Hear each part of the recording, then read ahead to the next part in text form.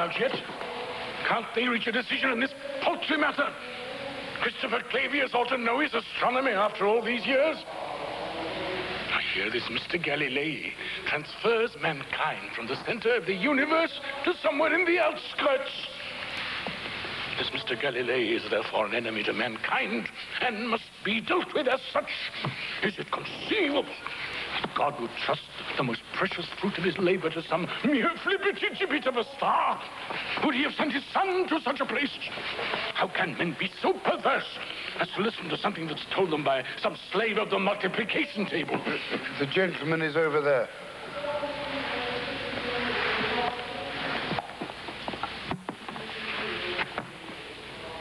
So you're the man.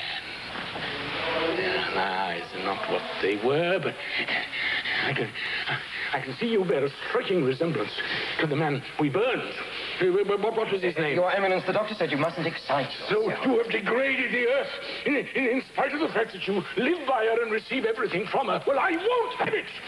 I won't be a nobody on some nondescript star, twirling briefly hither and thither. I tread the earth, and the earth is firm beneath my feet.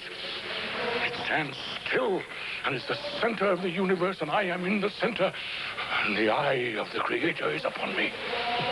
About me, fixed to the crystal spheres, revolve the lesser lights of the stars and the great light of the sun, created to illumine me that God might see me. Man, the supreme work of God, a central figure in his own image, created him immortal and Your Eminence, you have overtaxed yourself. He prefers a serious discussion.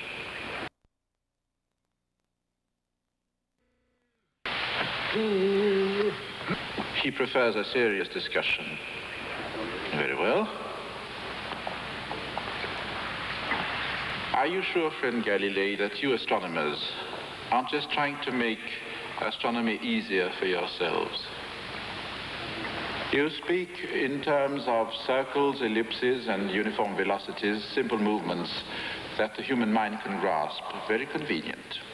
But suppose Almighty God had taken it into his head to make the stars move like that. What would become of your calculations then?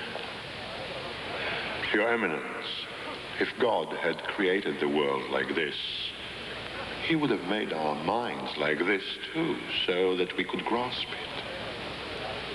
I believe in reason. I consider reason inadequate. He's too polite to tell me he considers mine inadequate. What is one to do with him? Butter wouldn't melt in his mouth. All he wants to prove is that God made a few mistakes in astronomy. God didn't work hard enough before he composed Holy Writ. My dear friend. Don't put anything down. This is a scientific discussion among friends. Don't you think it likely the Creator knows more about his work than the created? Man may misread not only the heavenly bodies, but the Bible as well. The interpretation of the Bible is a matter for the ministers of God. You don't answer? Tonight, the Holy Office has decided that the theory of Copernicus, according to which the Earth moves round the sun, is false, absurd, and heretical. I am charged, Mr. Galilei, to admonish you to relinquish this opinion. Would you repeat that? His Eminence Cardinal Bellarmine to the aforesaid Galileu Galilei. The Holy Office has decided that the theory of Copernicus, according to which the Earth goes round the sun, is foolish, absurd, and heretical. I am charged, Mr. Galilei, to admonish you to relinquish this opinion. What does this mean? The Collegium Romanum confirmed my observations. Yes, they were most complimentary to you. But the satellites of Jupiter, the phases of Venus. The Holy Office formulated its decree without taking these particulars into account.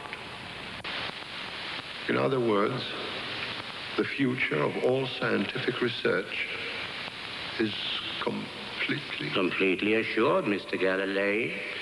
It is not given to man to know the truth, but it is granted him to seek after the truth.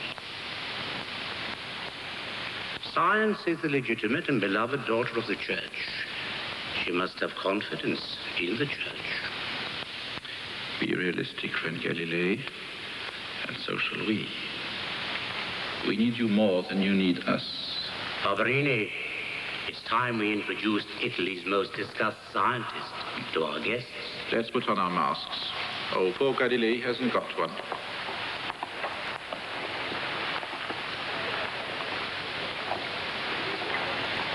Did you get his last sentence? Yes, have you got what he said about believing in reason? The interview take place?